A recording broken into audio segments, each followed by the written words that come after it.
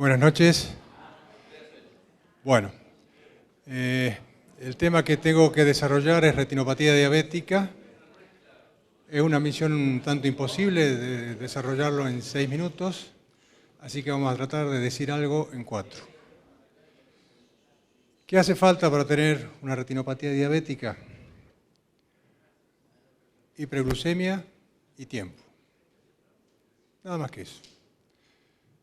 Todo llega y en su momento se ha mencionado, pero lo repito, que va a haber factores bioquímicos, factores hemodinámicos, factores endocrinos y factores angiogénicos que van a llevar al desarrollo de la retinopatía diabética. Ya todo esto se ha mencionado en 2 oportunidades hoy, así que vamos a ir directamente a lo que es la clasificación de la retinopatía diabética. Creo que es importante que todos la conozcan y que hoy hay, podemos decir, un paciente diabético si tiene retinopatía diabética o no la tiene. Y si es que la tiene, si es proliferante o si es no proliferante. Eso tiene mucha importancia a la hora del tratamiento y también del pronóstico. La no proliferante, hoy la dividimos en leve, moderada y severa. Sus límites no son muy claros, pero acá creo que es conveniente empezar a pensar hasta qué punto un paciente diabético con retinopatía puede ser tratado por un oftalmólogo general. Así como llevado al otro extremo, hasta qué punto un paciente diabético puede ser tratado por un médico clínico o médico general. ¿Cuándo debe pasar a ser tratado por un endocrinólogo y cuándo una retinopatía diabética tiene que pasar a ser tratada por un especialista en retina?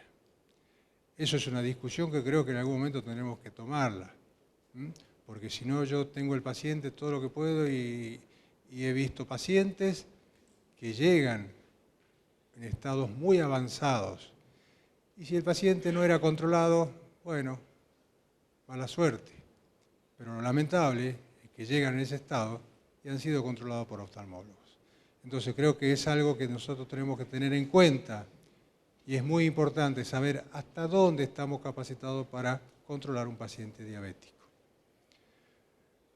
La retinopatía leve, todos hemos visto, son aquellos pacientes que solamente pueden tener microhemorragias o microaneurismas y algún que otro exudado.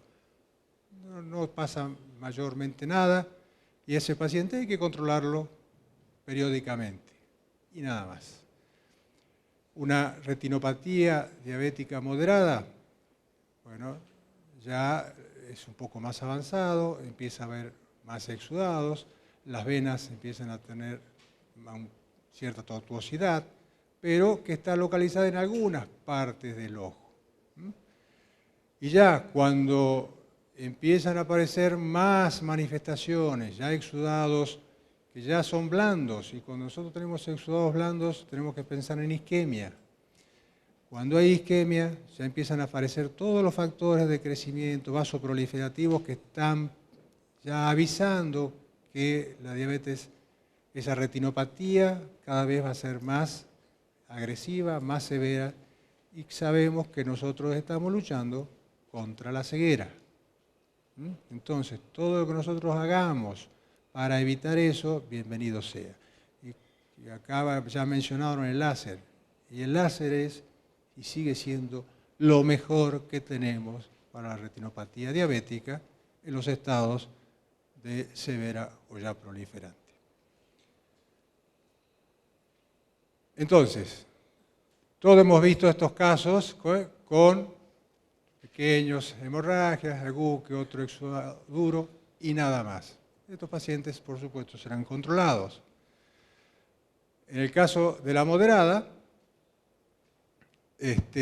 hablábamos de los microaneurismas, tortuosidades que son en determinados sectores, no están en todo el ojo.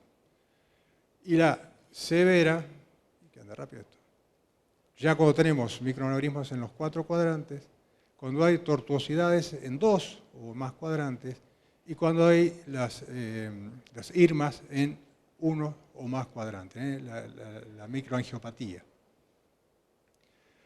Entonces, este cuadro va avanzando, ya tenemos más hemorragias, más exudados, y este es un cuadro bastante agresivo. Yo a este paciente lo recibí así, una paciente joven que hoy está ciega, pero así estaba y venía controlada por un médico oftalmólogo. Cuando ya tenemos la proliferación o tenemos estas hemorragias, no hace falta ver la proliferación, sabemos que hay una proliferación. Y ahí el paciente tiene indicación de fotocoagulación. Pero no tenemos que esperar a llegar a esto para ese paciente fotocoagular. Recordemos que la isquemia es la que nos va a producir todos estos factores. Clínicamente, el exudado blando es isquemia. Si yo le hago a un paciente que tiene mucha signología en el fondo de ojo, una fluoresceína, voy a encontrar esas zonas de bloqueo capilar que me están diciendo que está esa retina en hipoxia. Y eso va a producir los fenómenos vasoproliferativos. Tratemos de evitar en lo que se pueda de tener cada vez más ojos en estas condiciones. Muchas gracias.